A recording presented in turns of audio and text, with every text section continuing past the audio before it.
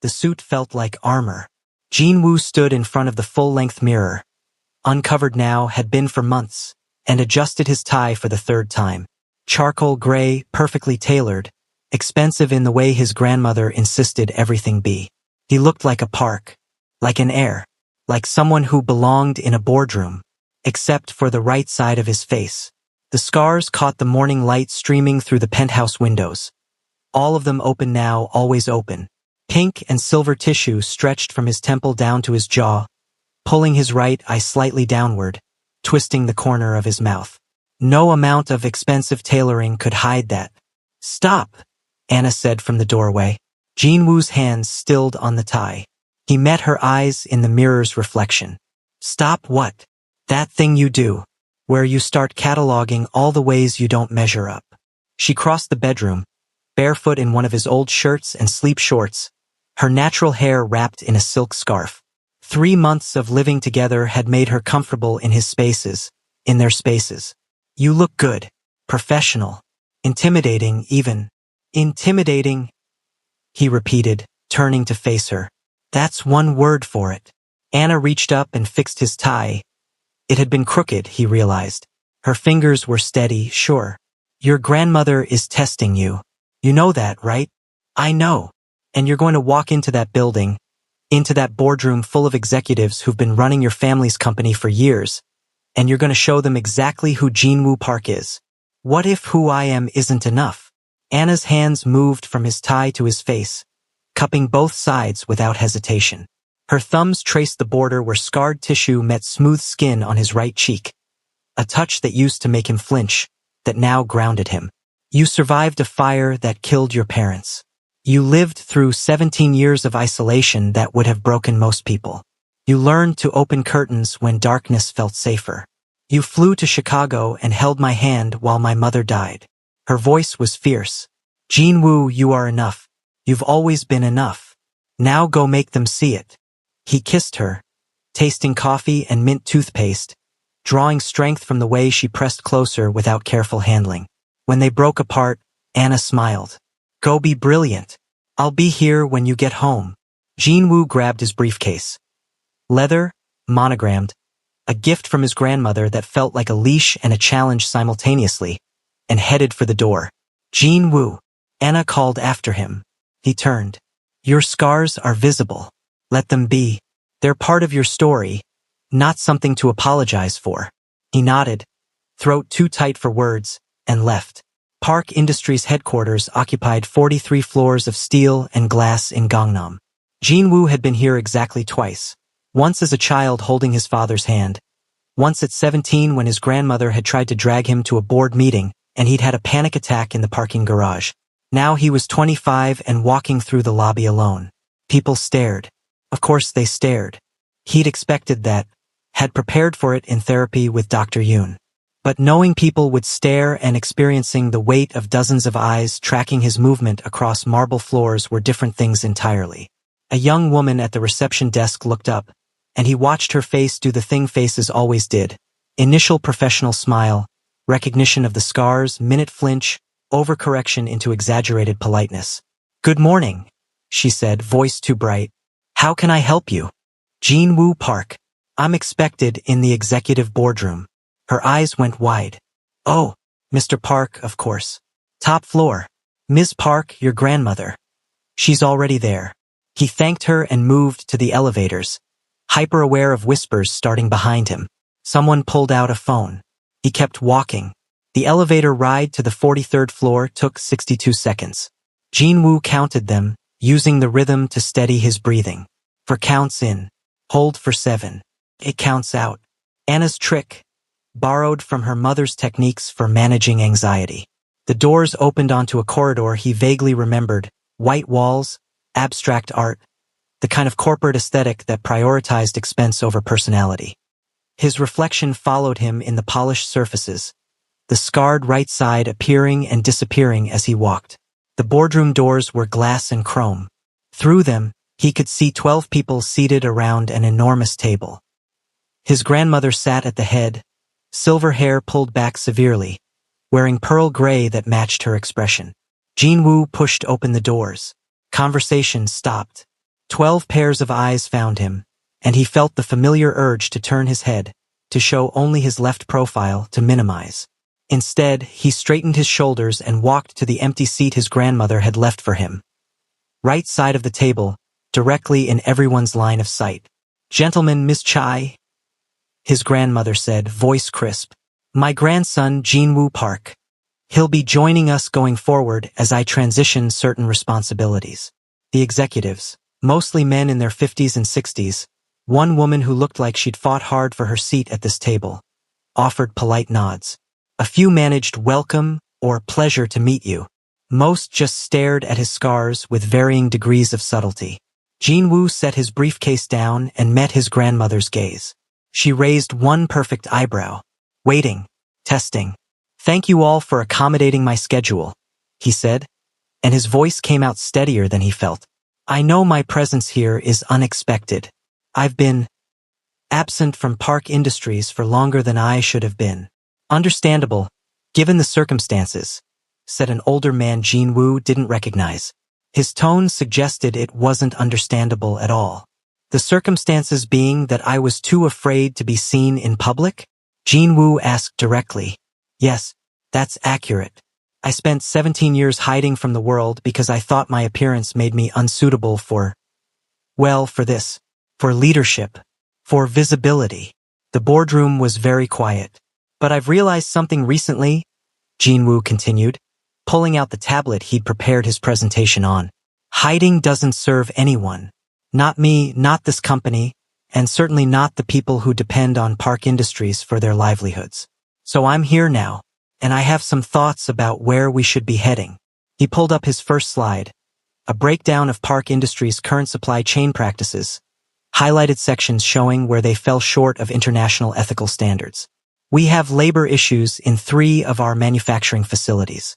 Wage gaps that violate our stated company values.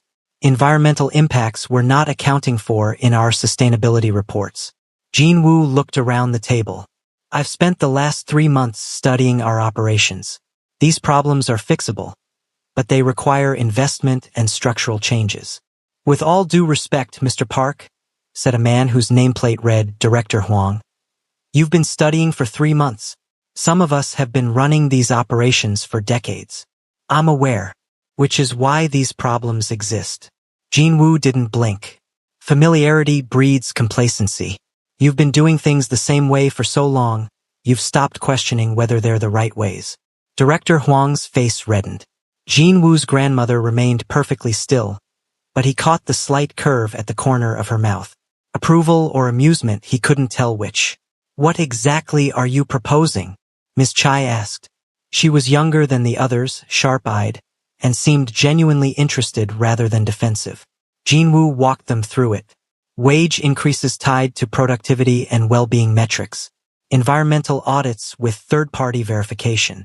Accessibility improvements across all facilities, ramps, adjustable workstations, inclusive hiring practices for people with disabilities. "This will cost money upfront," he acknowledged. "But the long-term benefits, employee retention, brand reputation, actual ethical practice instead of just marketing copy, those will more than compensate." "And if the board disagrees with this direction?" Director Huang challenged. Jinwoo met his eyes. "Then I'll make my case until you agree, or until my grandmother decides I'm not suited for this role after all. But I'm not going to sit silently while this company profits from practices I find morally questionable." His grandmother stood abruptly. The room tensed. "Gentlemen, Ms. Chai, this meeting is adjourned. I need to speak with my grandson privately." The executives filed out, some curious, some irritated. Ms. Chai offering Jinwoo a slight nod that might have been respect. When the door closed behind the last of them, his grandmother turned to face him. "That was either very brave or very stupid," she said. "Possibly both. You challenged senior leadership in your first meeting, made demands, implied they're complicit in unethical practices." "Yes." Jinwoo didn't apologize. His grandmother studied him for a long moment, and he forced himself to hold still under her gaze, to let her see all of him, scars and determination and the steel he'd found somewhere in the last year of choosing to live instead of just exist. "Good," she said finally. Your father would have done the same thing. He never could tolerate injustice, even when speaking up cost him. Her expression softened fractionally. You look like him, when you're angry about something that matters. Jean Wu's chest tightened. She never talked about his father. Never. The board will resist you, she continued, businesslike again. They'll test you, undermine you, wait for you to fail, so they can dismiss you as the scarred boy playing at leadership. I know. You'll need to be better than perfect. Work twice as hard for half the credit. Prove yourself daily. I know that too. And you're willing to do it? Jean Wu thought about Anna, about the way she'd stood in his darkness and refused to let him disappear. Thought about Dr. Yoon asking him what he wanted his life to mean. Thought about the 17 years he'd wasted hiding. Yes, he said. I'm willing. His grandmother's smile was small, rare, genuine. Then let's begin. Anna defended her thesis on a Thursday afternoon in a lecture hall that smelled like old books and nervous sweat. She'd been preparing for this for months. Longer, really, if she counted all the years of school leading to this moment. Her research focused on ethical supply chain management in pharmaceutical distribution, using her mother's cancer treatment navigation as the primary case study. It had been Priya's idea, actually. You lived through hell trying to get your mom the care she needed. Her roommate had said over cheap noodles and cheaper wine. Why not turn that pain into something that might help other people? So Anna had. She documented every barrier her mother had faced. Insurance denials, medication shortages, clinical trial accessibility issues, the nightmare of international drug shipping. Then she'd researched solutions, interviewed healthcare logistics experts, built models for more equitable distribution systems. Now she stood in front of a panel of 3 professors and an audience of students and faculty, her laptop connected to the projector, and tried not to think about how her mother should have been here to see this. Healthcare supply chains, Anna began, her voice steady despite the grief sitting heavy in her chest, are designed for efficiency and profit maximization. But efficiency without equity becomes a system where wealth determines who lives and who dies. She clicked to her first slide. A photo of her mother in the hospital, smiling despite the 4 lines, despite everything. Anna had asked permission before using it. Patricia had said yes immediately. If my story can help somebody else's mama, you use it, baby girl. This is Patricia Andrews, my mother. She was diagnosed with stage 4 cancer while I was studying here in Seoul. What followed was a nightmare of trying to access experimental treatments across international borders, of fighting insurance companies, of watching life-saving medications sit in customs while the disease progressed. Anna walked the panel through the timeline. The delays, the costs, the barriers that had nothing to do with medicine and everything to do with logistics and policy and systems that prioritize paperwork over people. My mother died 3 months ago, Anna said, and her voice only shook a little. Despite every effort, despite accessing treatments that many never could have afforded, despite fighting with everything she had, the system failed her. But more importantly, it fails thousands of others every day who don't have the resources or the desperation-fueled determination to navigate its complexity. She presented her proposed solutions. Streamlined international drug approval processes, transparency requirements for pharmaceutical supply chains, patient advocacy integration into logistics planning, equity metrics tied to distribution efficiency. These changes won't save everyone, Anna concluded. They wouldn't have saved my mother, but they might give families more time, more options, more dignity in the fight, and that has to matter. The room was silent when she finished. Professor Kim, her thesis advisor, spoke first. Ms. Andrews, your research is thorough and your recommendations are practical. But I have to ask, how do you propose implementing these changes when they directly conflict with profit incentives that drive the current system? Anna had expected this question. The same way any systemic change happens. You make the cost of maintaining the status quo higher than the cost of reform. Public pressure, regulatory requirements, and this is crucial, showing companies that ethical practices can actually improve their bottom line through brand loyalty and reduced legal liability. You're suggesting capitalism can be reformed to prioritize people over profit? Professor Lee asked skeptically. I'm suggesting that framing it as an either-or is part of the problem. Ethical supply chains and profitability aren't mutually exclusive. But we have to be willing to accept slightly lower margins in exchange for systems that don't treat human lives as acceptable losses. The questions continued for another 40 minutes. Anna answered each one, drawing on her research, her lived experience, the lessons she'd learned watching her mother fight not just disease but bureaucracy.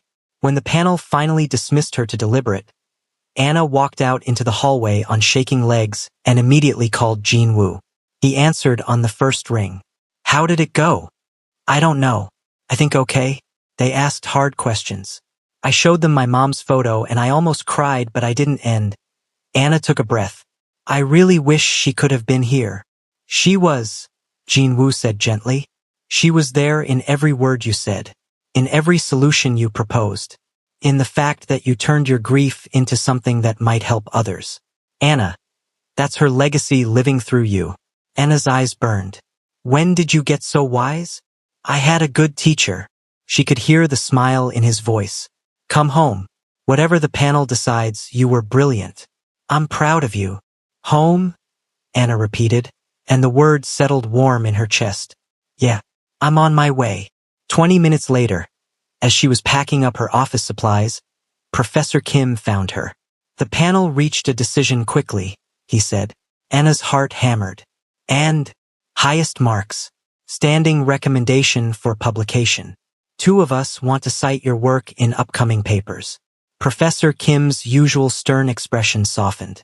Ms. Andrews, your thesis was one of the most compelling pieces of research I've seen in 15 years of teaching. Your mother would be exceptionally proud. Anna's composure cracked. Tears spilled over despite her best efforts, and she ducked her head, embarrassed. Thank you, she managed. That means everything. There's something else. Professor Kim pulled out his phone, showed her an email. I forwarded your research to a colleague who works with Global Ethics Trade Initiative. They're interested in speaking with you about a position. No promises, but I thought you should know. Anna stared at the email. A real job prospect. In her field. Doing work that actually mattered. I don't know what to say. Say you'll take the meeting. Say you'll keep doing this work. The world needs people like you, Ms. Andrews. People who've been broken by unjust systems and chose to fix them instead of just survive them. After he left, Anna sat alone in the empty classroom and pulled out her phone. She scrolled to her photos, found one of her mother from 2 years ago. Healthy, laughing, wearing that ridiculous hat she'd bought at a church fundraiser. I did it, Mama, Anna whispered to the screen. I finished, and I think I might be okay. Eventually, the photo didn't answer. But Anna swore she could feel something. Warmth, presence. The echo of her mother's pride settling around her shoulders like a familiar blanket. She wiped her eyes, squared her shoulders, and headed home to Jin Woo. They celebrated that night with takeout from Anna's favorite Korean fried chicken place and cheap wine on the penthouse balcony. To Dr. Anna Andrews, Jin Woo toasted, holding up his glass. Most brilliant researcher I know. Though admittedly, I don't know many researchers. I'm not a doctor, Anna laughed. It's a master's thesis, not a PhD. Doesn't matter. You're a doctor to me. Dr. Andrews, distinguished scholar and professional chicken wing destroyer. Anna threw a piece of pickled radish at him. He caught it, grinning, and the expression transformed his face. Made the scars just another feature instead of the defining one. They'd been living together for 3 months now.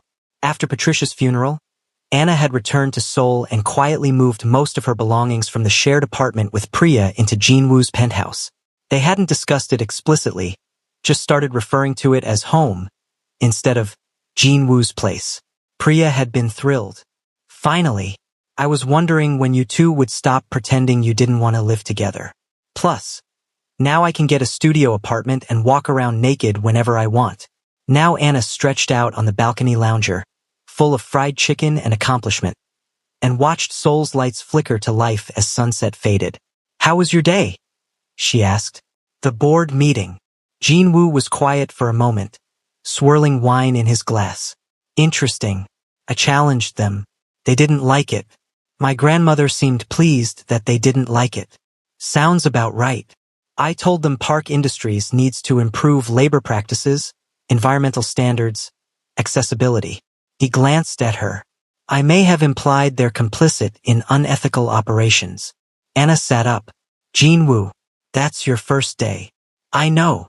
You're supposed to ease into things, not immediately declare war on the entire executive structure. I know that too. He met her eyes. But you told me to show them who Jinwoo Park is. Well, I'm someone who gives a damn about doing things right. If that makes me difficult to work with, then I'm difficult to work with. Anna studied him. This man who'd hidden in darkness for 17 years, who now sat on a balcony 74 floors up without flinching, who'd walked into a boardroom full of stares and judgments and hadn't apologized for existing. I'm so proud of you, she said quietly. Yeah. You're becoming who you're meant to be. It's beautiful to watch. Jinwoo reached for her hand, lacing their fingers together. His scarred right palm pressed against her left hand, where her own scar ran from elbow to wrist. Two broken people, she thought, learning to be whole. So is the job offer real? He asked. The one your professor mentioned? I have a meeting next week. Global Ethics Trade Initiative. They do supply chain consulting for companies trying to implement ethical practices. That's perfect for you. Maybe. Anna bit her lip. It's not a huge salary. Definitely less than I could make going corporate. But it's work that matters. Work that aligns with what I actually believe in. She looked at him. Is that stupid? Turning down better money for principles. Jinwoo laughed, genuine and warm. Anna, you watched me tell a room full of executives that profit doesn't justify exploitation. Do you really think I'd judge you for choosing meaningful work over a paycheck? Your grandmother would. My grandmother judged me for existing for 17 years. Her opinion is not the metric we're using. He squeezed her hand. Take the job that makes you want to get up in the morning. Money is just money. Purpose is what gets you through the hard days. Anna leaned over and kissed him, tasting wine and wisdom and the particular flavor of being understood. When did we become the kind of people who have philosophical conversations about purpose? She murmured against his mouth. Around the time you decided a depressed recluse was worth saving. I didn't save you. No, Jinwoo agreed, pulling her closer until she was half in his lap, the balcony chair creaking under their combined weight. But you stayed long enough for me to save myself. That's better. They stayed on the balcony until the city lights blurred into constellations and the spring air turned cold enough to make Anna shiver. Jinwoo wrapped his jacket around her shoulders and they moved inside, leaving the empty wine bottle and chicken bones as evidence of celebration. Later, lying in bed with Jinwoo already asleep beside her, Anna picked up her phone and navigated to her photos. She'd created a private album titled Mama, hundreds of pictures spanning years, but her favorites were from the last months. Patricia in the hospice bed, weak but smiling. Patricia holding Anna's hand. Patricia meeting Jinwoo for the first time, seeing past his scars in seconds the way Anna knew she would. I defended my thesis today, Anna whispered to the photos. Got the highest marks. There's a job opportunity. Jinwoo is doing amazing things at his company. We're building a life here, Mama. I think you'd be proud. The photos didn't answer. They never did. But Anna imagined her mother's voice anyway. Warm, certain, full of the faith that had carried them both through impossible things. Baby girl, I was always proud.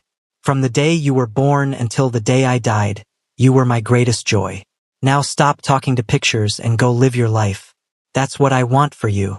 Anna wiped her eyes, set the phone on her nightstand, and turned into Jinwoo's warmth. He made a sleepy sound and pulled her closer, and she let herself be held. Tomorrow she'd take that meeting. Tomorrow Jinwoo would fight more battles at Park Industries. Tomorrow they'd keep becoming whoever they were meant to be. But tonight, they were just this, two people choosing each other, choosing healing, choosing the terrifying beauty of moving forward. Anna fell asleep to the sound of Jinwoo's breathing and the distant hum of soul. And for the first time in months, she didn't dream of loss. She dreamed of possibility.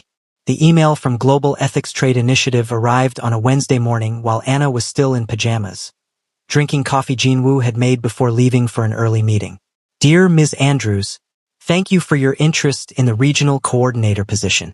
Based on Professor Kim's recommendation and our review of your thesis research, we'd like to invite you for a formal interview. Would you be available Friday at 2 p.m.? We're particularly impressed by your practical approach to supply chain ethics and your first-hand understanding of system failures in critical sectors. Best regards, Lee Sung-min, Director of Operations. Getty. Anna read it 3 times, then screenshot it and sent it to Jinwoo with a string of panicked emojis. His response came immediately, "You're going to be amazing. Want me to help you prepare?" She typed back, "Yes, please. Also, I have nothing to wear. Wear the navy suit. You look professional and unstoppable in it. How do you even remember what's in my closet? I pay attention to things that matter." Anna's heart did something complicated in her chest. 3 months of cohabitation and Jinwoo still found ways to say things that made her feel seen down to her bones. She spent the next 2 days researching Getty, practicing answers to potential questions, and trying not to spiral into anxiety about whether she was actually qualified for this. Jinwoo ran mock interviews with her, asking increasingly difficult questions until she threw a pillow at him. "I'm trying to help," he protested, laughing. "You just asked me to explain the geopolitical implications of rare earth mineral extraction on global pharmaceutical supply chains. That's not helping, that's hazing. If you can answer that, you can answer anything they actually ask." Anna groaned but pulled out her laptop and started drafting a response anyway.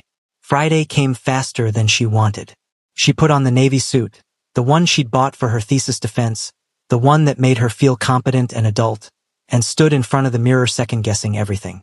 Jinwoo appeared behind her, already dressed for his own day in charcoal slacks and a crisp white shirt, tie not yet knotted. "You look perfect," he said. "I look terrified. You look like someone who turned personal tragedy into academic excellence, and is about to turn that into meaningful work." He wrapped his arms around her waist from behind, his scarred cheek resting against her temple. "They'd be lucky to have you. Remember that." Anna leaned back into him, drawing strength from his solidity. "What if I'm not ready?" "You're ready. But even if you weren't, you'd figure it out. That's what you do. You show up scared and do the thing anyway." She turned in his arms and kissed him, tasting coffee and confidence she didn't quite feel but could borrow from him. "Thank you for believing in me even when I don't. Always." The Getty offices occupied the 15th floor of a building in Uido, Seoul's financial district. Anna arrived 20 minutes early because lateness felt like failure, and sat in the reception area trying not to fidget. The space was different from what she'd expected. Instead of corporate sterile, it felt purposeful, walls covered with maps showing global trade routes, photographs of workers in various countries, infographics about sustainable practices. A mission statement in Korean and English. "Ethical trade isn't charity. This is how business should work." "Ms. Andrews." Anna looked up to find a man in his 40s, wearing casual slacks and a button-down with the sleeves rolled up. Approachable, not intimidating. "Mr. Lee. Please, just Sung-min. We're not formal here." He shook her hand warmly. "Come on back. The team is excited to meet you." The interview wasn't what Anna expected. Instead of a sterile conference room, Sung-min led her to a collaborative workspace where 3 people sat around a table covered in papers and laptops. "This is Min-ji, our lead researcher. Jay, who handles corporate partnerships. And Yuki, our Japan-Korea regional specialist." Each person waved or nodded. "Everyone, this is Anna Andrews, the candidate Professor Kim has been raving about." Anna sat, hyper-aware that she was the only black person in the room, the only obvious foreigner. She'd gotten used to that in Seoul, but it still made her conscious of taking up space. "So," Sung-min began, "we've all read your thesis. Brilliant work, by the way. The pharmaceutical supply chain case study using your mother's experience. That took courage. Thank you. It was important to me that the research wasn't just theoretical. That's exactly why we wanted to meet you." Min-ji leaned forward, eyes bright with interest. "Most ethics consultants come from business backgrounds. They understand systems but not impact. You understand both. You've lived the consequences of system failures. Tell us," Yuki said gently, "why this work? You could make significantly more money in corporate consulting." Anna had prepared for this question, but sitting in front of people who genuinely seemed to care about the answer made her want to give them truth instead of polish. My mother died fighting systems that prioritized paperwork over people. Insurance denials, customs delays, clinical trial accessibility. Every barrier was just bureaucracy to the people enforcing it. But to us, each delay was days she didn't have. Anna's voice stayed steady. I can't bring her back. But if I can help build systems that give other families more time, more dignity, more options, then her fight wasn't meaningless. The room was quiet for a moment. That's the answer we were hoping for, Sungmin said quietly. Because this work is hard, Anna. Companies push back. Change is slow. You'll spend months building relationships only to have projects killed by budget concerns or leadership changes. If you're here just for a paycheck, you'll burn out in 6 months. I'm not here for a paycheck. Then why are you here? Anna thought about her mother's voice, about Jinwoo learning to open curtains, about all the ways people survived impossible things.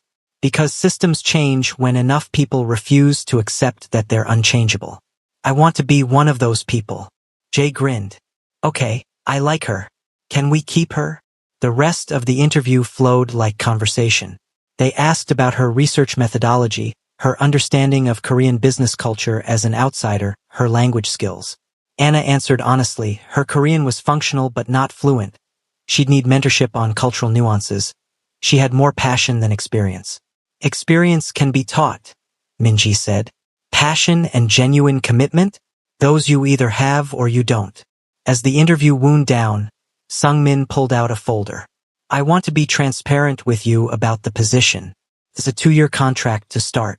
Salary is competitive for nonprofit work, but you're right. It's less than corporate. The hours can be intense when we're doing field assessments. And about 30% travel, mostly within Asia.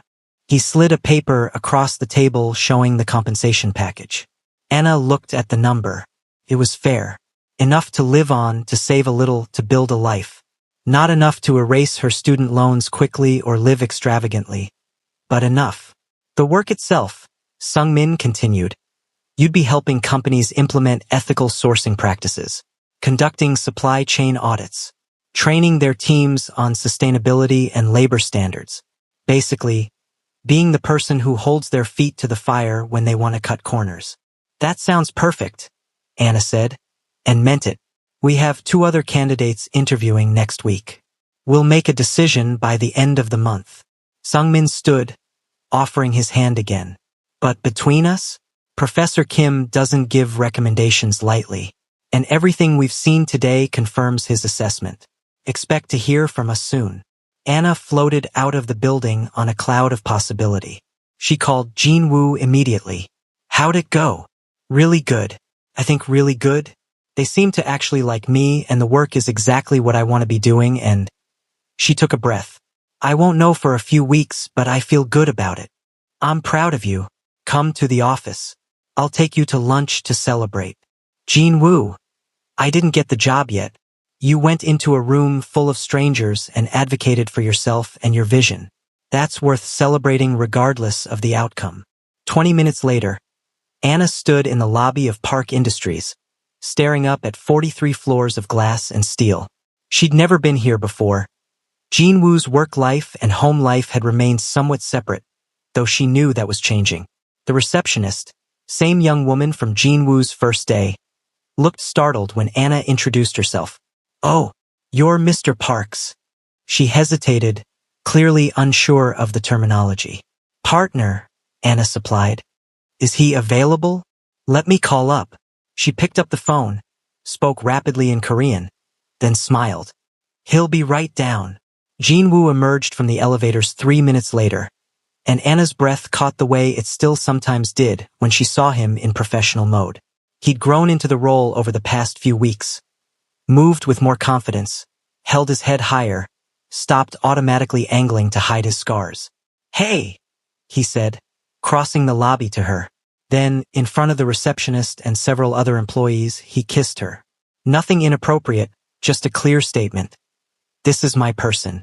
Anna heard whispers start, felt stares, didn't care. Hungry? Jinwoo asked. Starving. They went to a small restaurant near the office, nothing fancy, just good food and the comfortable quiet of people who didn't need to fill every silence. "So tell me everything," Jin-woo said once they'd ordered. "Every detail." Anna walked him through it, the interview, the team, the work itself. Jin-woo listened with complete focus, asking questions that showed he actually understood what she was describing. "They'd be idiots not to hire you," he said finally. "You're biased." "Absolutely. Doesn't make me wrong." Anna's phone buzzed. A text from Priya. "How'd the interview go? Tell me everything over drinks tonight?" She typed back. "Went well, but can't tonight, spending evening with Jin-woo." Priya's response was immediate. "You two are disgustingly cute." "Fine. Tomorrow. I want all the details." Priya demanding friend time? Jin-woo guessed. "How did you know?" "You got that slightly guilty look you get when you realize you've been neglecting people who aren't me." Anna kicked him lightly under the table. "I don't neglect people. You've seen Priya twice in the last month. You used to have dinner with her 3 times a week. Are you telling me to spend more time away from you? I'm telling you that I don't want to be the reason you lose other important relationships." Jin-woo reached across the table, took her hand. "I love that we're building a life together. But you need your own life too. Your own friends, your own spaces. Otherwise, we'll suffocate each other." Anna squeezed his fingers, marveling at how far he'd come from the isolated man who'd barely spoken to her 3 months ago. "When did you get so emotionally intelligent?" "Therapy. Lots and lots of therapy." He smiled. "Dr. Yoon says codependency is easy when you're both recovering from trauma. We have to actively maintain our individual identities." "Dr. Yoon is very wise." "She really is. Also, she wants to meet you eventually. Says anyone who convinced me to leave my apartment is someone she needs to study." Anna laughed, and the sound felt like light. They finished lunch and Jin-woo walked her to the subway station, kissing her goodbye at the entrance like they were a normal couple doing normal couple things, which Anna realized they were. Somewhere in the grief and healing and daily choosing each other, they'd become simply them. The dinner with Grandmother Park was Jin-woo's idea, which Anna thought was either very brave or slightly insane. "She wants to meet you properly," he'd said over breakfast one morning. "Not as my employee, as my partner." "Jin-woo, your grandmother barely tolerates me." "My grandmother barely tolerates anyone, including me, but she respects strength. And you're the strongest person I know." So Anna found herself dressing for dinner at one of Seoul's most expensive restaurants, trying to quiet the voice in her head that whispered she didn't belong in spaces like this. Jin-woo wore a suit that probably cost more than Anna's monthly student loan payment. She'd chosen a simple black dress, elegant but understated, with a blazer that covered the scar on her arm.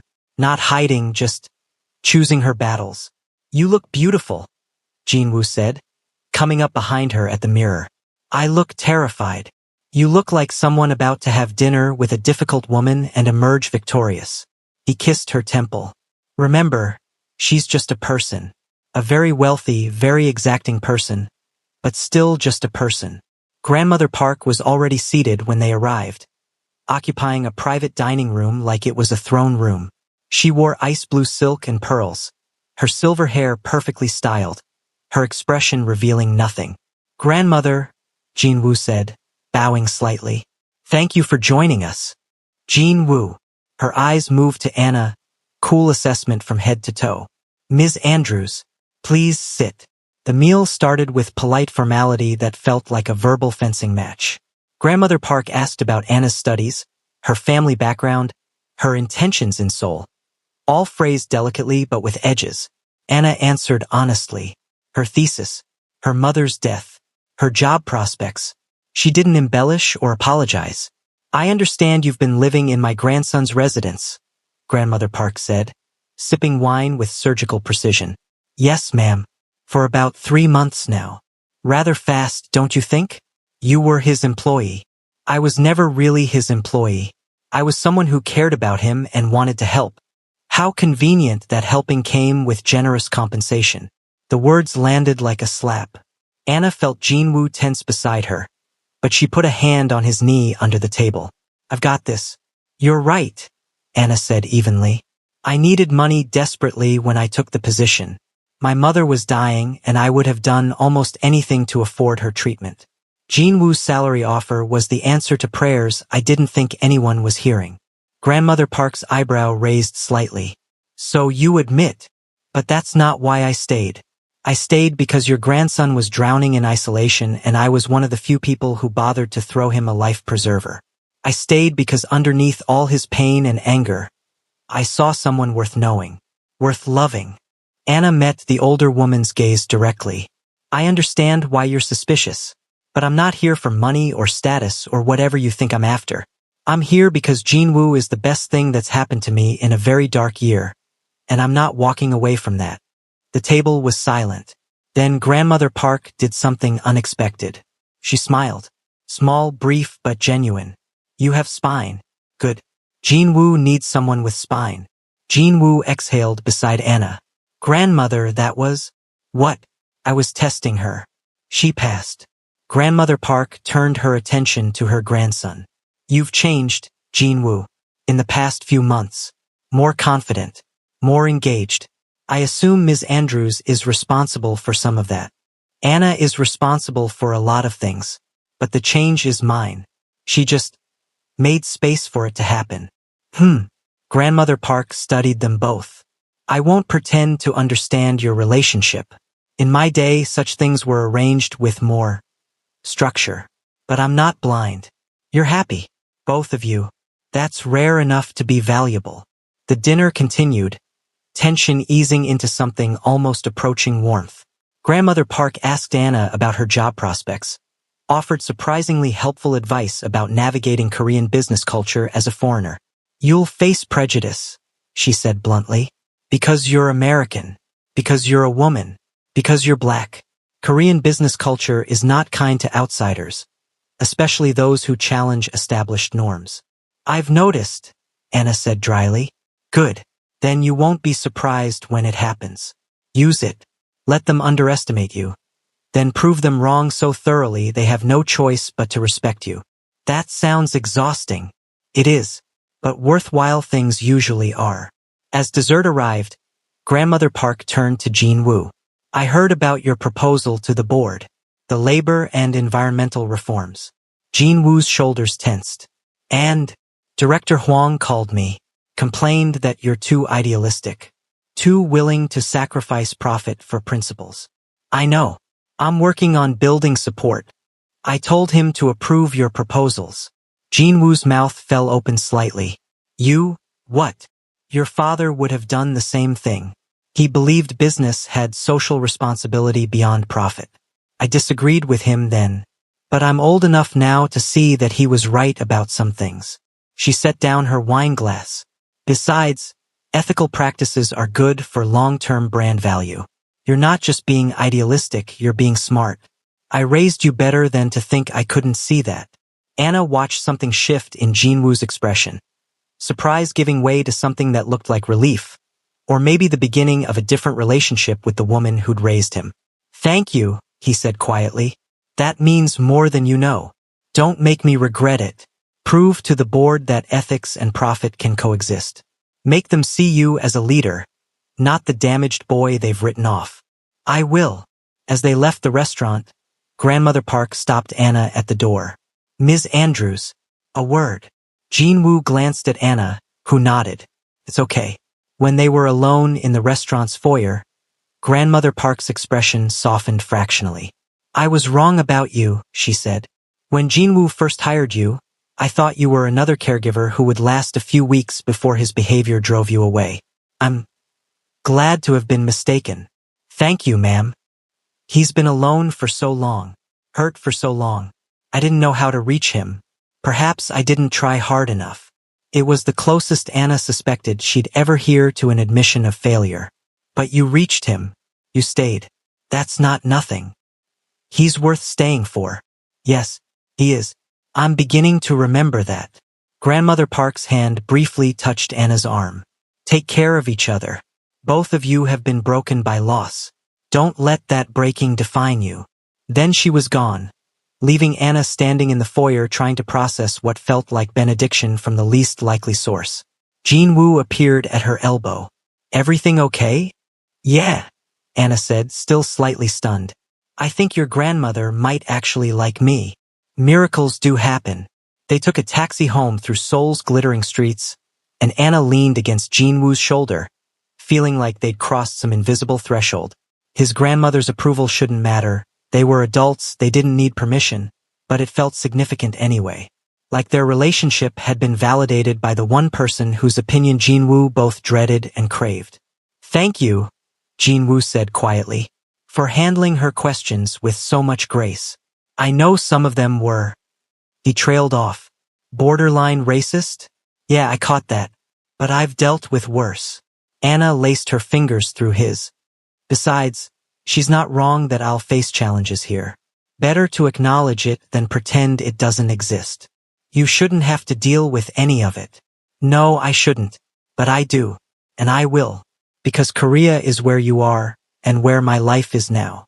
So I'll navigate the hard parts. Jinwoo pulled her closer, and they rode the rest of the way in comfortable silence. The job offer from Getty came 2 weeks later, delivered via email while Anna was having coffee with Priya at their favorite cafe.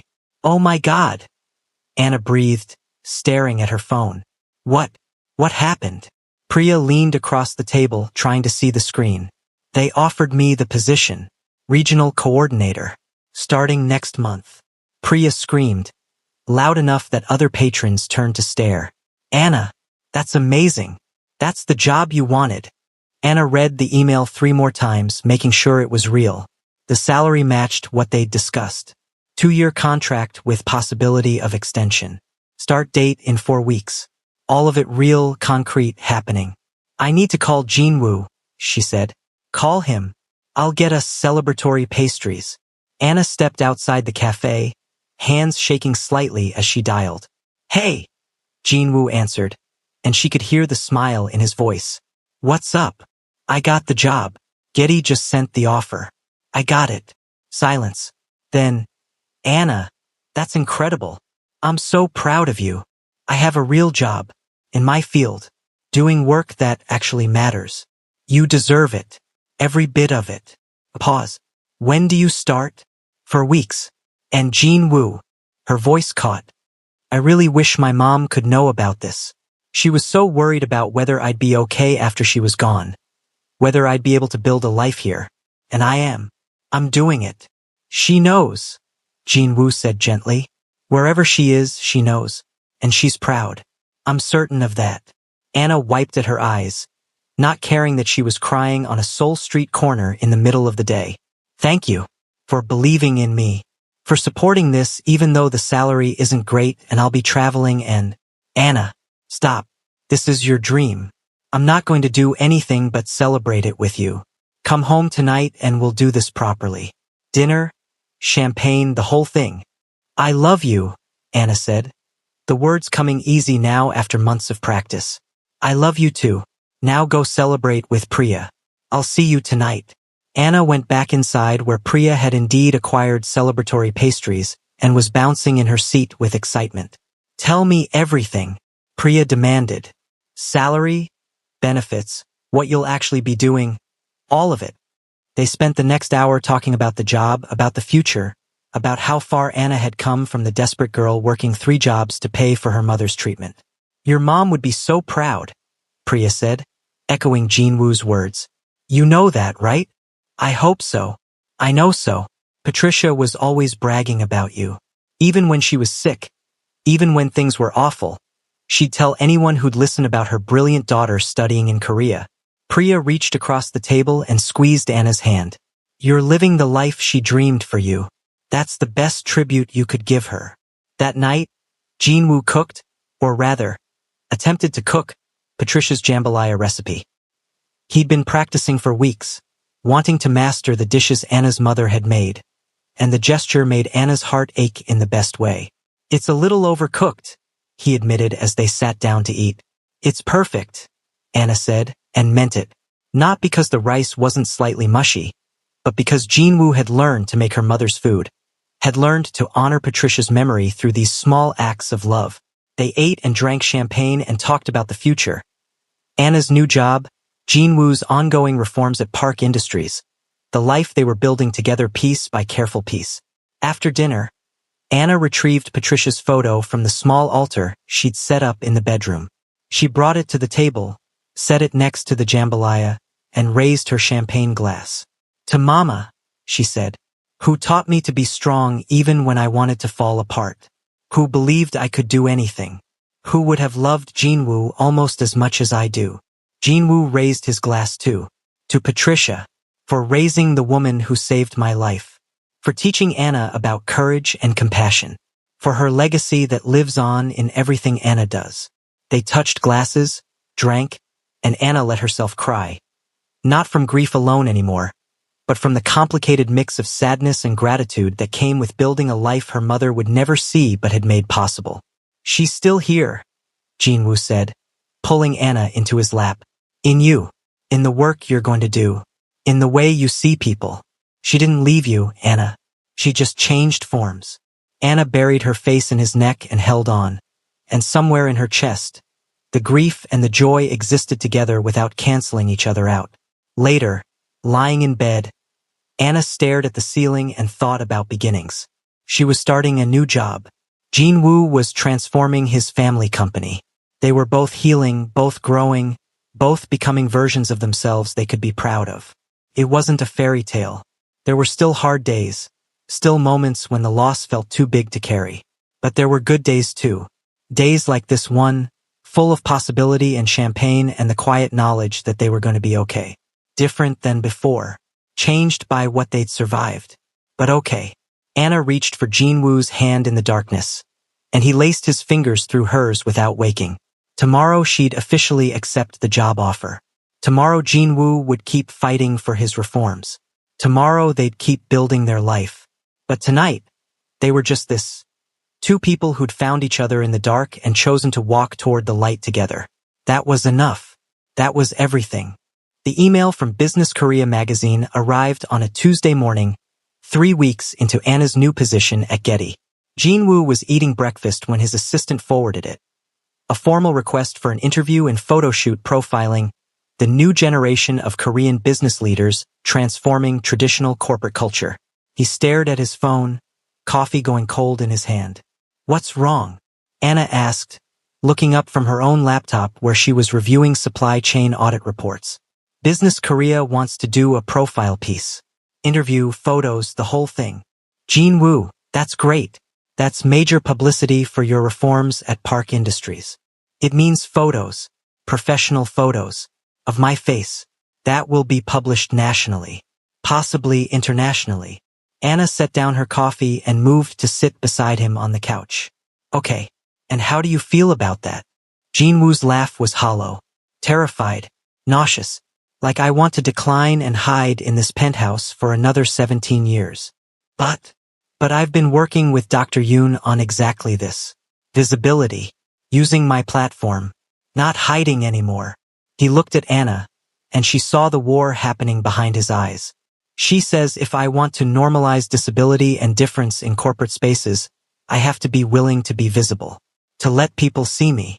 What do you want?" "I don't know. Part of me knows this is important. The article could actually help other people with visible differences see themselves represented in business leadership. But the other part..." He touched his scarred cheek unconsciously. "The other part remembers every stare, every whisper, every person who flinched when they saw me." Anna took his hand, the scarred one, and pressed it flat against her chest where he could feel her heartbeat. "Those people don't matter. They never did. What matters is whether this serves the purpose you're building. Whether it helps the work you're doing. I know. Logically, I know. But knowing and feeling are different things." "Yeah." They sat in silence for a moment, Anna's heartbeat steady under Jinwoo's palm. "What would you do?" he asked finally. "If it were you?" Anna thought about her mother, about every time Patricia had walked into a room where she was the only black woman, the only person who looked like her, and had held her head high anyway. "I'd be terrified, and I'd do it anyway, because representation matters. Because some kid with facial differences might see your photo and think, maybe I can be a business leader too. Because hiding makes sense when you're protecting yourself, But you're not just protecting yourself anymore. You're building something bigger. Jin-woo closed his eyes, breathing through the fear. Will you be there? For the photo shoot. If you want me there, I'm there. I want you there. I need you there. Then I'm there. He called his assistant back and accepted the interview. The photo shoot was scheduled for the following week at Park Industries headquarters. Jin-woo barely slept the night before, and Anna woke at 3 a.m. to find him on the balcony, staring at Seoul's perpetual glow. Can't sleep? She asked, wrapping a blanket around both of them. Keep thinking about all the ways this could go wrong. What if the photos make me look monstrous? What if people see them and decide I'm too damaged to lead a company? What if? Jin-woo. Anna turned him to face her. What if the photos show exactly who you are? Someone brilliant and strong and scarred and beautiful. What if people see them and think, that's what courage looks like? You have a lot more faith in people than I do. I have faith in you. The people part is secondary. The photo shoot started at 10 a.m. in one of Park Industries' glass-walled conference rooms overlooking Seoul. The photographer was a woman named Kang Hae-jin, probably in her 50s, with kind eyes and an efficient manner. Mr. Park, she said, shaking his hand. Thank you for doing this. I've read about your work with ethical supply chain reform. It's impressive. Jin-woo's shoulders relaxed fractionally. She was looking at his work, not just his face. Thank you. I'm a bit nervous about photos. That's normal. We'll take it slow. I want natural shots, you in your element doing what you do. Not stiff corporate poses. Anna sat in a corner chair, watching as Hae-jin positioned Jin-woo near the windows, natural light flooding in. She saw him instinctively angle his head to hide the scarred right side, and Hae-jin noticed too. Mr. Park, I need to ask, are you comfortable with photos showing both sides of your face? Jin-woo went very still. That's the whole point, isn't it? Visibility. It is, but only if you're ready. I won't use any photos you're not comfortable with. Show both sides, Jin-woo said, his voice stronger than Anna expected. I'm done hiding. The session took 2 hours. Hae-jin photographed Jin-woo at his desk, in meetings with his team, standing at the windows overlooking the city he was learning to rejoin. She was respectful but direct, occasionally asking him to turn his head to catch the light on his scars. These are going to be powerful, she said during a break. You photograph with a lot of intensity. Very compelling. Even with. Jin-woo gestured at his face. Especially with. Your scars tell a story. They make the photos more honest. Hae-jin lowered her camera. My son has a port wine stain covering half his face. Birthmark. He's 15 and hates it. Won't let anyone photograph him. But maybe if he sees someone like you, successful, confident, not hiding, it might help him see himself differently. Jin-woo's eyes found Anna across the room. She smiled, and he seemed to draw strength from it. I hope it helps him, Jin-woo said. Tell him the scars are part of his story, not the whole story. After the photo shoot, the interview took place in Jin-woo's office. The journalist was young, maybe 30, with sharp questions and a recording device. Let's start with the obvious question, she said. You've been the heir to Park Industries for 18 years, but only recently became publicly active. Why now? Jin-woo had prepared for this with Dr. Yoon, but sitting across from someone with a recorder felt different than practicing in therapy. I was 7 when a fire killed my parents and left me with extensive facial scarring. I spent the next 17 years hiding, from public life, from people, from myself. I convinced myself that my appearance made me unsuitable for leadership. He paused. I was wrong, but it took me a long time to understand that. What changed? Jin-woo thought about Anna walking into his darkness, about the notes she left, about the way she'd refused to see him as broken. Someone showed me that scars are just evidence of survival, that the fire didn't make me less capable, it just gave me a different perspective. And that perspective is actually valuable in business. How so?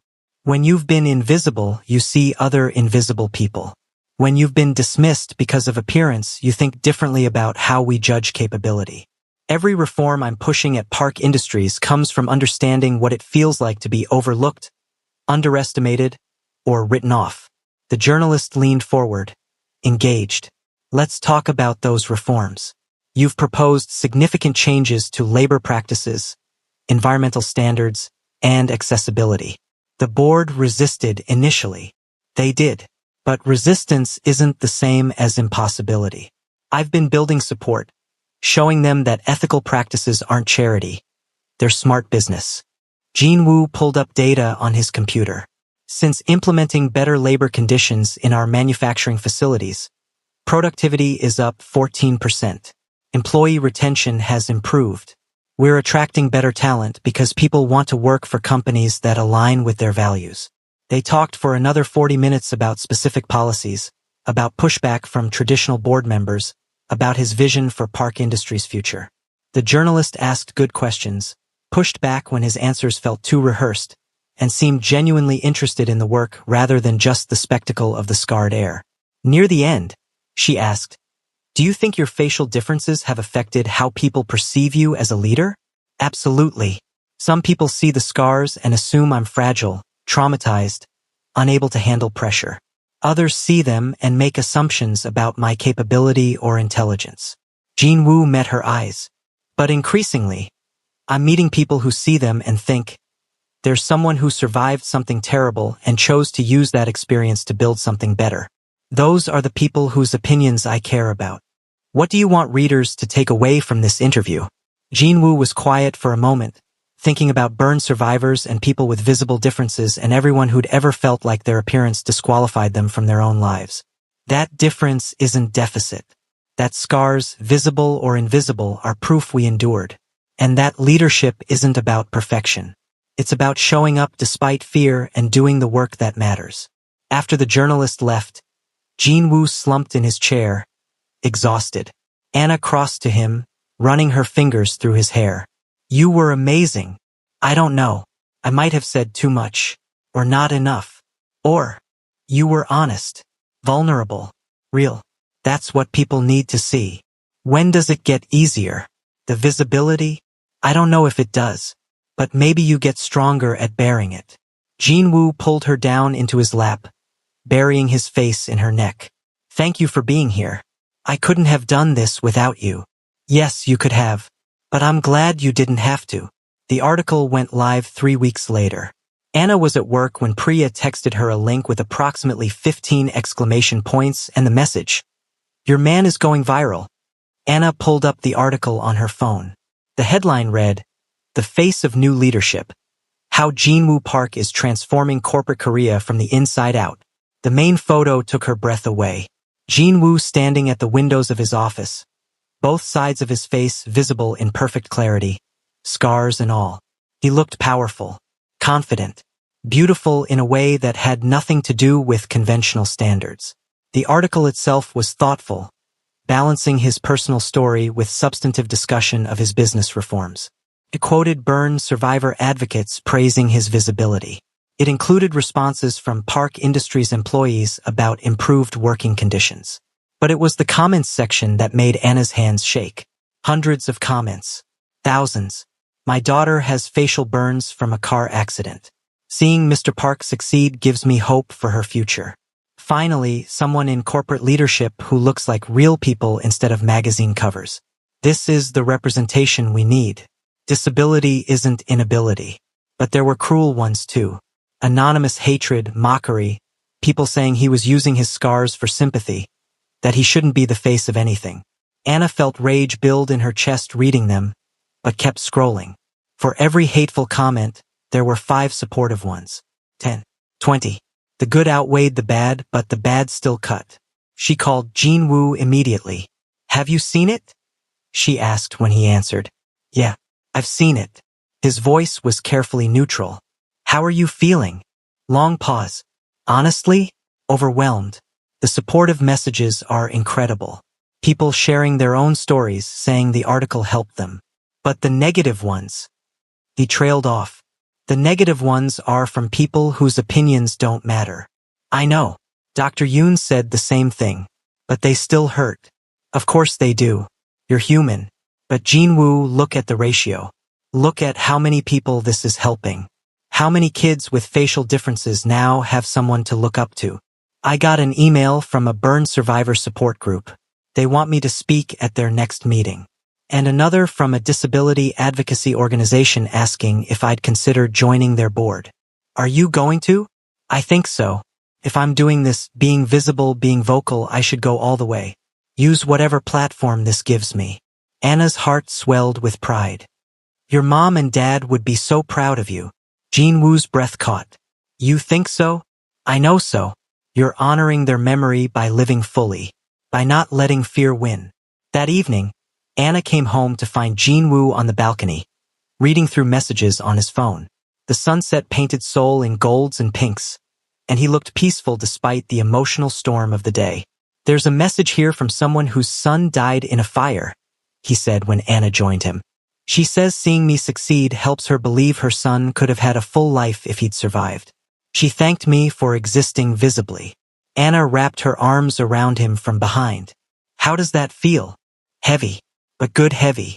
Like my survival means something beyond just me. He turned in her arms to face her. A year ago, I would have given anything to be invisible. Now I'm choosing visibility and it's terrifying and exhausting and… Right. This feels right. It is right. You're changing things, Jinwoo. One photo, one interview, one policy change at a time. They stood on the balcony as Seoul's lights began to glow, and Anna thought about how far they'd both come. Jinwoo from hiding to advocacy. Her from desperate caregiving to meaningful career. Both of them from survival mode to actually living. I have something to tell you, Anna said, pulling back to look at him. I got promoted today. Jinwoo's face lit up. What? Anna, that's incredible. You've only been there a month. 6 weeks, but who's counting? She couldn't keep the grin off her face. My audit of that textile company's supply chain caught some major labor violations. They're implementing all my recommendations and using me as the lead consultant on the transition. Sungmin was so impressed, he bumped me up to senior regional coordinator. That's amazing. We should celebrate. We're celebrating you today. This is your moment. Our moments, Jinwoo corrected, pulling her close. We're in this together, remember? Your wins are my wins. Anna kissed him, tasting joy and possibility and the particular flavor of a life being built with intention. Okay then, let's celebrate us. Both of us being brilliant and changing things and figuring out how to be adults. They ordered too much food from Anna's favorite Korean barbecue place and ate it on the balcony, talking about their days, their victories, the small and large ways they were becoming who they wanted to be. Later, Anna sat in front of Patricia's photo and told her mother everything. Mama, Jinwoo was in a major magazine today, looking powerful and beautiful and not hiding anymore. And I got promoted. We're doing it, building the lives you wanted for us. I miss you every day. But I think we're going to be okay. Better than okay. Jinwoo found her there, eyes wet but smile genuine. Talking to Patricia? He asked gently. Yeah, telling her about our day. About how proud I am of you.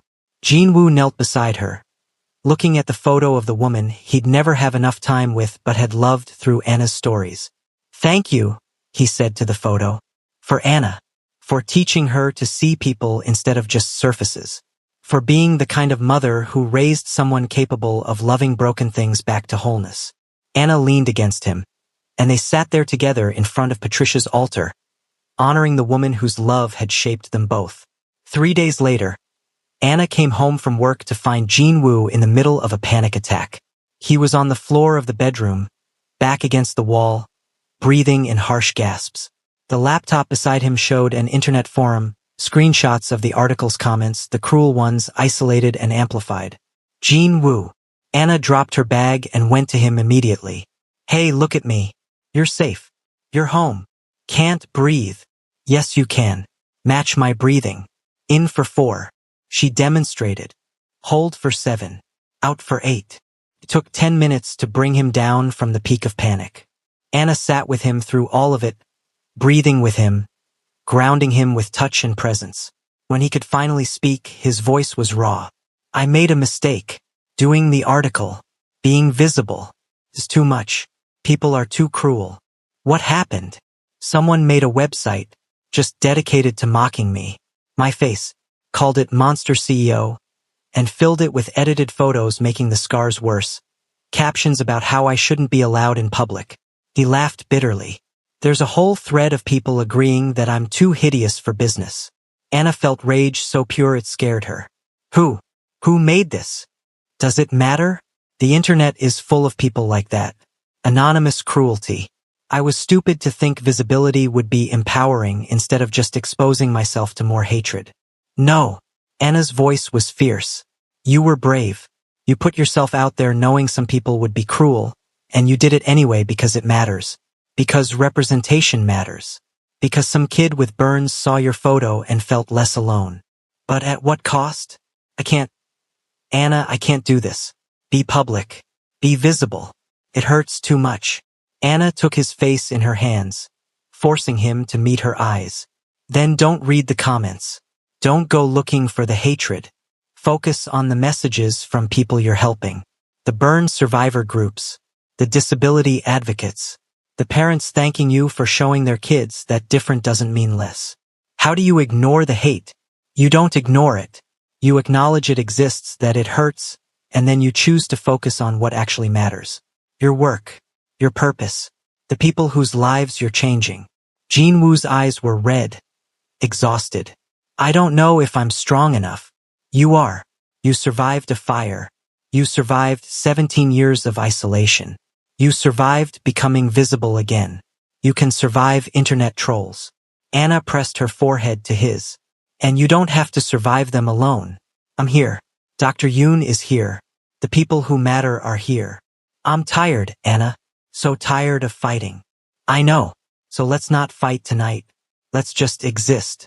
Order takeout. Watch something mindless. Remind yourself that you're more than what strangers on the internet think of you. They did exactly that. Ordered comfort food. Watched an action movie that required no emotional investment. Existed together in the safety of their home.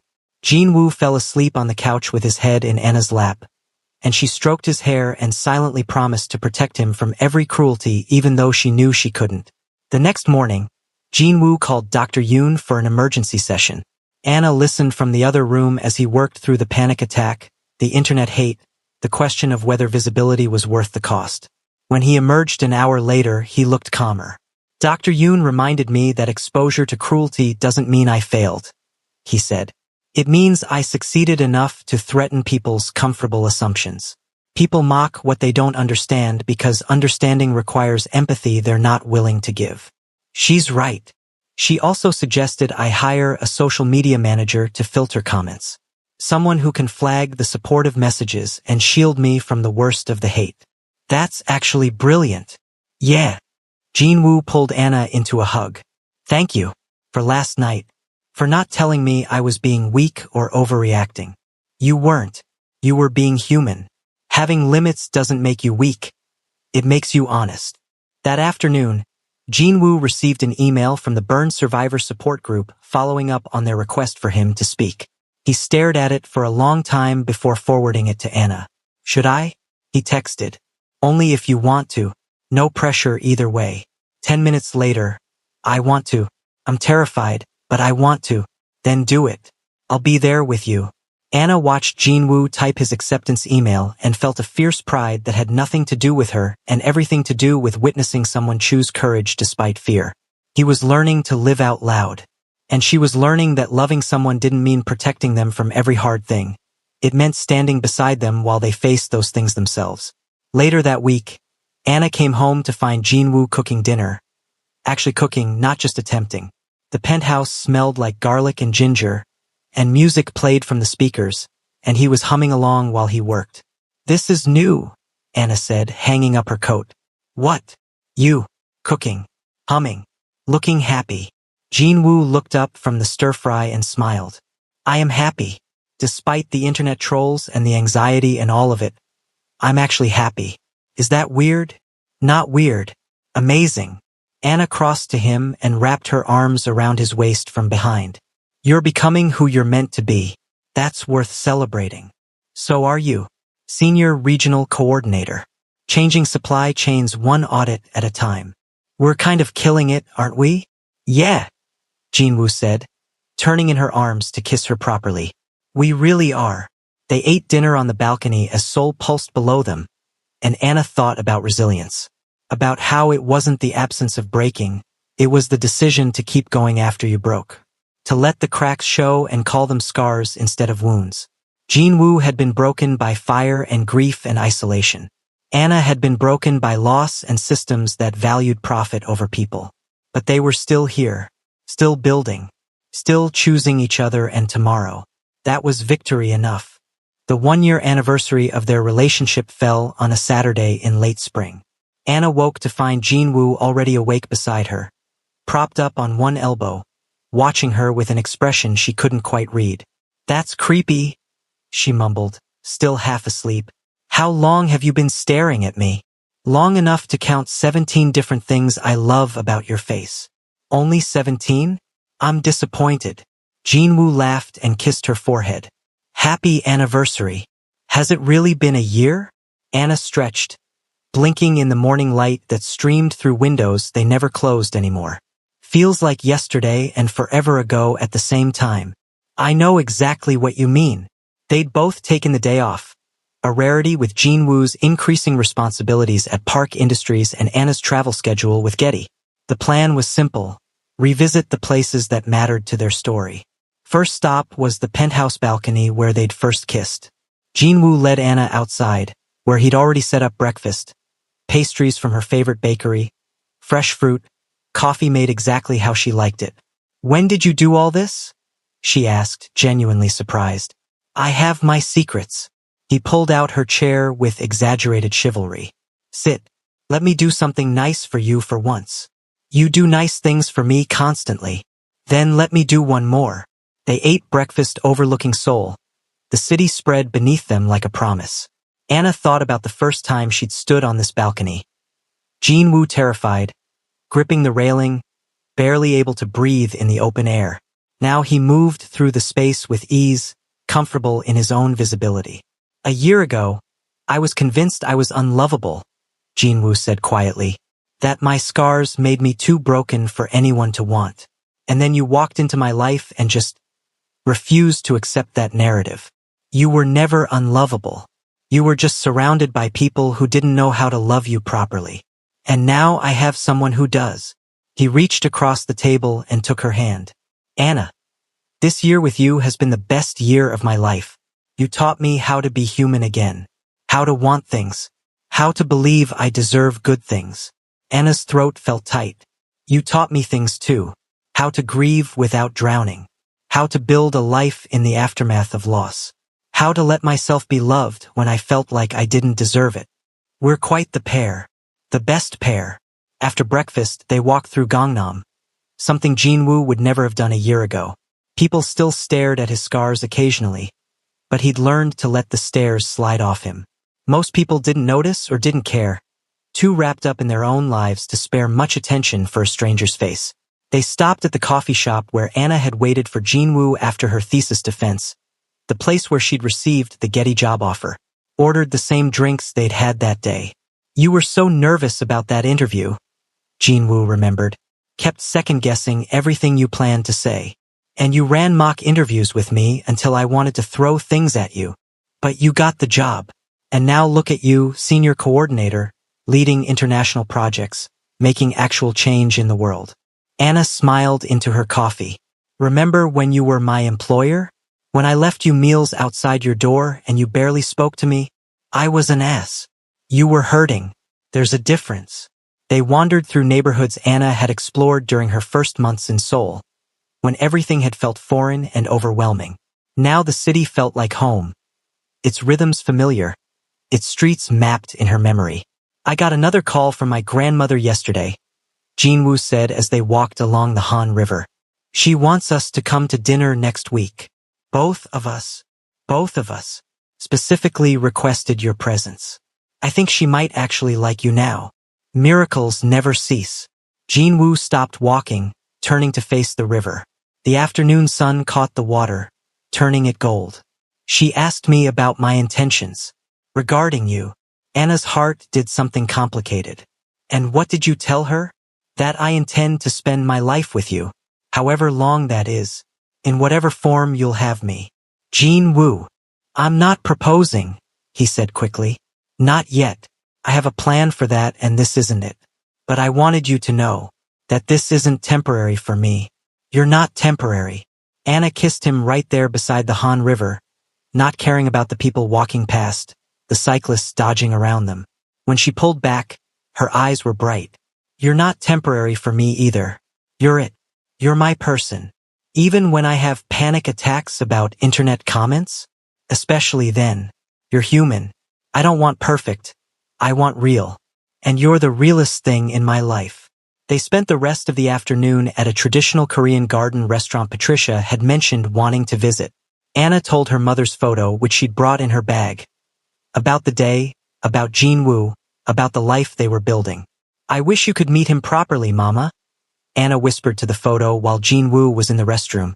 You'd love how he takes care of me, how he makes me laugh, how he's not afraid of my grief, doesn't try to fix it, just holds space for it. When Jin-woo returned, he found Anna wiping her eyes. Talking to Patricia? Yeah, missing her. Wishing she could see this. Us happy, building something good. Jin-woo sat beside her and looked at Patricia's photo. I think she does see it. Somehow. And I think she's proud of you. Of us. That evening, they returned to the penthouse balcony for sunset. Jin-woo had set up candles, blankets, wine. The whole romantic setup that would have embarrassed him a year ago but now felt natural. I have something for you, he said, pulling out a small wrapped box. Anna's hands trembled slightly as she opened it. Inside was a delicate necklace.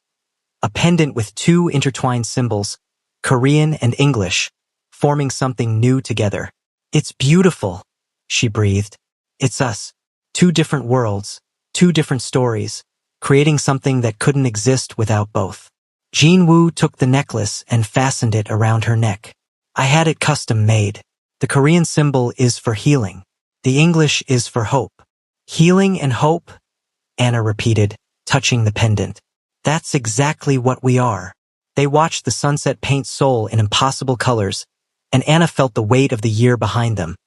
All the grief and growth, the terror and triumph, the slow daily choosing of each other. Remember when you first arrived? Jin-woo asked.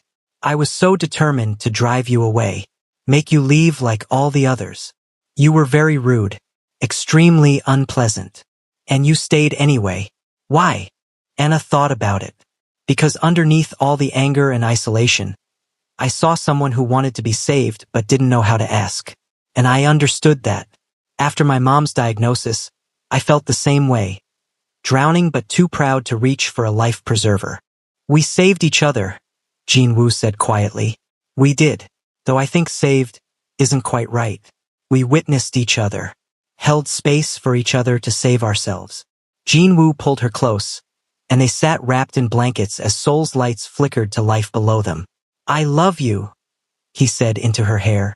More than I thought I was capable of loving anything. You're my home, Anna, my safe place, my reason for opening curtains and facing the world. I love you too. You're my proof that life continues after loss, that joy can coexist with grief, that broken things can be beautiful. Later, lying in bed, Anna pulled out her phone and scrolled through photos from the past year. Jin-woo's first smile, their first meal eaten together at the kitchen counter, the day he opened all the curtains, her thesis defense, his magazine photo shoot, dozens of small moments that added up to a life. We should make an album, she said. Physical photos. Something tangible. I like that idea. Something we can show our kids someday. Anna went very still. Kids? Jin-woo propped himself up, suddenly nervous. I mean, eventually, if you want. I know we haven't really talked about it, but I want kids. With you. Not now, but someday. I want to build a family with you. The relief on his face was palpable. Yeah. A house full of noise and chaos and love. Kids who grow up knowing their grandmother Patricia and their grandparents who died in a fire. Who understand that family is complicated and beautiful and worth fighting for. Jin-woo kissed her, slow and deep and full of promise. That sounds perfect. They fell asleep tangled together, and Anna dreamed of futures that felt possible now. Children's laughter, family dinners, a life built intentionally instead of just survived. The next morning, Jin-woo was unusually nervous. He kept checking his phone, pacing the penthouse, jumping at small sounds. "You okay?" Anna asked over breakfast. "Fine. Just thinking about work stuff." "You're a terrible liar." "I know. Ignore me. I'm being weird." Anna let it go, assuming it was anxiety about an upcoming board meeting. She went about her Sunday laundry, meal prep for the week, video call with Priya. She didn't notice Jin-woo making quiet phone calls in the other room. Didn't see him coordinating with people across multiple time zones. Didn't know that everything was coming together for a moment he'd been planning for months. That afternoon, he suggested they go out for dinner. "I made a reservation somewhere special," he said. "Dress nice." Anna put on the black dress she'd worn to dinner with his grandmother, the one that made her feel elegant and powerful. Jin-woo wore a suit that probably cost more than her first car but somehow didn't look pretentious on him. They took a car to a rooftop restaurant Anna had never been to. Traditional Korean architecture with modern touches, overlooking all of Seoul. "Jin-woo, this is gorgeous," she said as they stepped onto the rooftop. "How did you?" Then she saw them. Priya, grinning and waving. Jin-woo's grandmother, elegant as always but with something soft in her expression. And on a large screen, video connected from Chicago, Patricia's church community, faces Anna recognized from the funeral, all smiling at her. "What is this?" Anna asked, her voice shaking. Jin-woo took her hand, and she realized his was trembling too. "This is me asking you the most important question of my life," he said. "In front of the people who matter, with your mother's community watching. Because Patricia should be here, and since she can't be, I wanted the next best thing." He led her to the center of the rooftop, where Patricia's photo had been set up on a small table surrounded by flowers, all her mother's favorites. "Anna Andrews," Jin-woo began, and his voice cracked slightly. "A year ago, you walked into my darkness and refused to let me disappear. You taught me that scars are just proof of survival, that broken things can still be whole, that love isn't about fixing each other. It's about choosing each other every single day, despite and because of all the ways we're imperfect." Anna was crying now, not even trying to hide it. Jin-woo knelt down, pulling a small box from his pocket. "You're my home, my safe place, my reminder that life is worth living fully instead of just surviving. I want to spend the rest of my life choosing you, building a family with you, honoring your mother's memory and my parents' memory by living the kind of love they would have wanted for us." He opened the box. The ring inside was stunning, a blend of Korean and Western design, elegant and meaningful. "Will you marry me?" Anna looked at Patricia's photo, at Priya crying happy tears, at Grandmother Park's rare smile, at the faces on the screen from Chicago all holding their breath. Then she looked at Jin-woo, scarred and beautiful and terrified and brave, and felt her whole heart say yes. "Yes," she said out loud. "Yes, yes, 1,000 times yes." Jin-woo's hands shook as he slid the ring onto her finger. Then he stood and pulled her into a kiss while their small audience erupted in cheers. Priya loudest of all, the Chicago community singing something that sounded like a hymn of joy. When they broke apart, Anna turned to Patricia's photo. "We did it, Mama. We found each other. We're going to be okay." And standing there on a Seoul rooftop, surrounded by love both present and remembered, Anna believed it completely. They were going to be more than okay. They were going to be extraordinary. The ring caught Seoul's morning light as Anna typed, sending fractured rainbows across her laptop screen. She paused, smiled at the distraction, then forced herself back to the supply chain compliance report that was due by end of day. 3 months engaged, and she still wasn't used to the weight of the ring on her finger. The physical reminder that Jin-woo had chosen her, that they were building something permanent.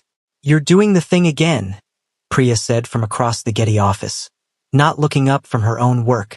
"What thing?" "The thing where you stare at your engagement ring and get all dreamy-eyed instead of working." Anna laughed. "I'm multitasking, dreamy-eyed and productive." "Sure you are." Anna's phone buzzed with a text from Jin-woo. "Board meeting went well. Approved the new accessibility initiatives. Coming home early. Dinner? She typed back. Congrats. I'll cook. Be home by 6. The ease of it still amazed her sometimes. The casual planning, the assumed togetherness, the way home meant the same place for both of them now. They'd started looking at houses, something with a yard, room for the family they wanted to build, space that belonged to them instead of just him. How's the wedding planning going? Priya asked during their lunch break. Slowly. We both want something small, intimate. But Jinwoo's grandmother has opinions about what's appropriate for the Park family. Anna made air quotes. We're negotiating. What does Jinwoo want? Same thing I do. Just people who matter. Traditional Korean elements mixed with things from my mom's culture. Something that honors both our stories. That sounds perfect. It does, doesn't it? Anna smiled. We're thinking late fall. November, maybe. Give us time to plan without rushing. Her phone rang. An unknown Seoul number. She almost declined, then remembered she was waiting to hear back from several vendors. Anna Andrews. Ms. Andrews, this is Dr. Chun from Seoul National University Hospital. I'm calling about a research study we're conducting on pharmaceutical supply chain ethics in cancer treatment. Your thesis was recommended to us, and we'd like to discuss a potential consulting role. Anna's heart raced. SNU Hospital was one of the most prestigious medical centers in Asia. I'd be very interested in hearing more. They scheduled a meeting for the following week, and Anna hung up feeling like the universe was actively conspiring in her favor. She texted Jinwoo immediately. SNU Hospital wants to consult with me on a research project about cancer treatment supply chains. His response came seconds later. That's incredible. Your mom would be so proud. Anna looked at Patricia's photo on her desk. She kept one at work now, a small frame showing her mother healthy and laughing. We're doing it, Mama, she whispered, using what happened to you to help other people. The grief was still there, 3 years after Patricia's death. But it had changed shape, becoming something Anna could carry alongside joy instead of something that crushed all other feelings. That evening, Anna came home to find Jinwoo in the kitchen actually successfully making japchae, one of her favorite dishes that he'd finally mastered after months of practice. Look at you, being domestic, she teased, dropping her bag and crossing to kiss him. I contain multitudes. He gestured at the spread with pride. Japchae, kimchi from the market, and I even made dessert. Well, I bought dessert from that bakery you love, but I'm counting it. They ate on the balcony, a ritual they'd maintained through every season. Anna told him about the hospital research opportunity, and Jinwoo shared details about the accessibility initiatives the board had approved. We're hiring consultants to audit all our facilities, he said, making sure everything from doorways to workstations to bathrooms are accessible for people with different abilities. It's going to cost money up front, but it's the right thing to do. I'm so proud of you, of what you're building there. I couldn't have done it without you. You taught me that business should serve people, not just profit. After dinner, Jinwoo pulled out his laptop. I want to show you something. He opened a folder of house listings. I've been looking, found a few places I think you'd like. They scrolled through options together. A house in Songbukdong with a garden, another in Itaewon closer to Anna's office, a traditional hanok that had been modernized. This one, Anna said, pointing to a 2-story home in a quiet neighborhood. It has a yard, room for kids, and look, there's space for a home office for both of us. And it's near good schools, Jinwoo added. Not that we need those yet, but eventually. Eventually, Anna agreed, her hand finding his. When we're ready. They scheduled viewings for the weekend, and Anna felt the future becoming concrete. A house, a wedding, family. All the things that had seemed impossible when she was just trying to survive her mother's illness. Later, lying in bed, Jinwoo traced patterns on Anna's arm, following the surgical scar from elbow to wrist. Do you ever regret it? He asked quietly. Staying in Seoul? You could have gone back to Chicago after your mom died. Started over somewhere familiar. Anna thought about it honestly. Sometimes I wonder what that life would have looked like. But no, I don't regret it. Seoul is home now. You're home. My work is here, my life is here. And I think Mama would approve. She always wanted me to build something bigger than the neighborhood we came from. She'd definitely approve of you. Jinwoo kissed her forehead. You're doing exactly what she raised you to do, making the world a little better, one supply chain at a time. What about you? Any regrets? Only that I wasted so many years hiding. But even that led me to you, so maybe it wasn't wasted. Just the long route to where I needed to be. Anna shifted to face him fully, both sides of his scarred face visible in the dim light. You know what I love most about you? My devastating good looks? She laughed. Besides that, I love that you turned your pain into purpose. You could have stayed bitter, angry at the world. Instead, you're using your platform to help people. Speaking at burn survivor events, advocating for accessibility, being visible so others don't have to feel alone. It still scares me sometimes. The visibility. I had a moment last week where someone was staring at my scars and I wanted to hide again. But you didn't. No. I remembered what Dr. Yoon says. Discomfort isn't danger. Being stared at is uncomfortable, but it can't actually hurt me. And the work is more important than my comfort. You're so much braver than you give yourself credit for. Jinwoo pulled her close, and they fell asleep wrapped around each other, dreaming of houses and futures and all the ways their lives were expanding. The Mother's Day after their engagement was Anna's fourth without Patricia. She woke up sad, the grief sitting heavy on her chest in a way it hadn't for months. Jinwoo noticed immediately. Rough morning? He asked, bringing her coffee in bed. It's Mother's Day. I really miss her today. I know. What do you need? Anna thought about it. I want to visit her grave. I know it's in Chicago and we can't just go. But maybe we could video call the church? See if someone can put flowers there for me? Or, Jinwoo said carefully, we could fly to Chicago. Today. Right now. If you want. Anna sat up. Jinwoo, that's insane. It's a 15-hour flight. We both have work tomorrow. We can work remotely for a few days. Anna, if you want to be at your mother's grave on Mother's Day, we should make that happen. 6 hours later, they were on a plane. Anna slept most of the flight, exhausted from crying and the emotional whiplash of Jinwoo's spontaneous gesture. When she woke, he was reading a book about Korean-American cultural integration, taking notes in the margins. Research for our future kids, he explained when he caught her looking. Want to make sure we raise them with both cultures, not just mine. Anna's heart swelled so full she thought it might burst. They landed in Chicago at dawn local time, went straight to the cemetery. The morning was cool and clear, spring flowers blooming around Patricia's headstone. Anna knelt in the grass, tracing her mother's name carved in marble. Jinwoo stood a respectful distance back, giving her space. Hi, Mama, Anna said quietly. I brought Jinwoo to meet you properly. We're engaged now, getting married in November. I wish you could be there, but I know you're watching somehow. She told Patricia everything, the job at SNU Hospital, the house they were looking at, the life they were building. Cried through most of it, but smiled too. I'm happy, Mama. Really happy. And I know that's what you wanted for me. To live fully, not just survive. Jinwoo helps me do that. He sees me the way you always did. Completely, scars and all. Jinwoo eventually joined her, kneeling beside Patricia's grave. Mrs. Andrews, he said formally. I know we met before, but I want to make you a promise now. I promise to love your daughter with everything I have. To honor the strength and compassion you taught her. To build a life with her that would make you proud.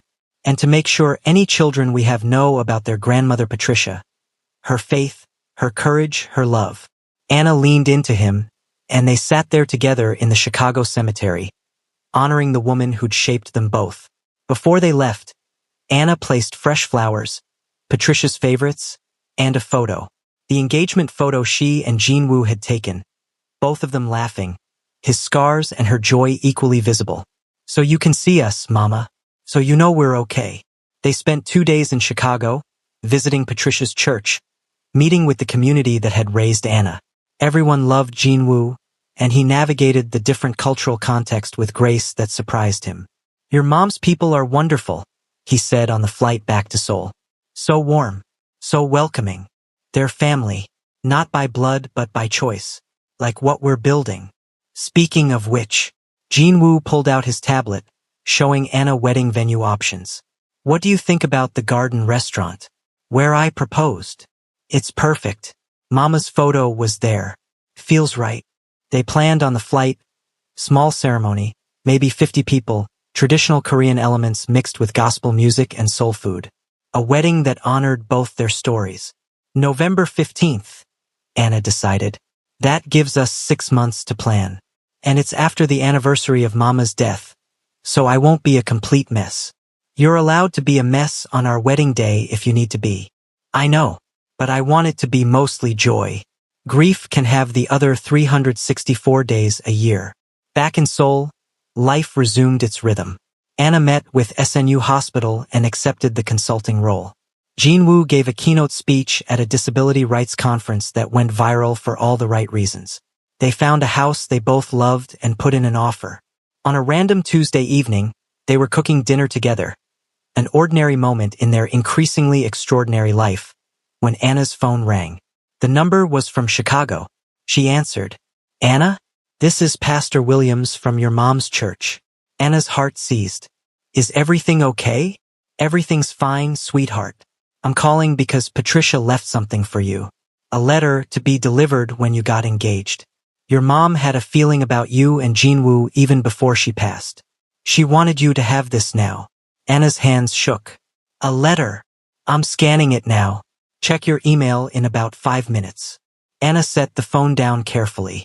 My mom left me a letter. For when I got engaged. Jinwoo turned off the stove and came to her. Do you want privacy to read it? No. Stay with me. The email came through. Anna opened the attachment. Her mother's handwriting, slightly shaky from illness but unmistakably Patricia's. My dearest Anna, if you're reading this, it means you found someone worth marrying. I'm gonna guess it's that sweet boy Jinwoo who came to see me. The one with the scars on the outside who saw the scars on your heart and didn't look away. Baby girl, I'm so proud of you. I always have been from the moment you were born. Watching you grow into a woman of strength and compassion has been my life's greatest joy. I know you're sad I can't be at your wedding. I'm sad about it too. But I want you to know something important. I'm not really gone. I'm in every lesson I taught you, every value I instilled, every moment of courage you show. When you're kind when it's hard, that's me. When you stand up for what's right, that's me. When you love deeply despite the risk of loss, that's me. Love your husband well. Build a family full of joy and faith. Teach your children about justice and grace. Live fully, not carefully. That's what I want for you. A life so big and beautiful it makes all the grief worthwhile. I'm not afraid to die, Anna. I'm at peace.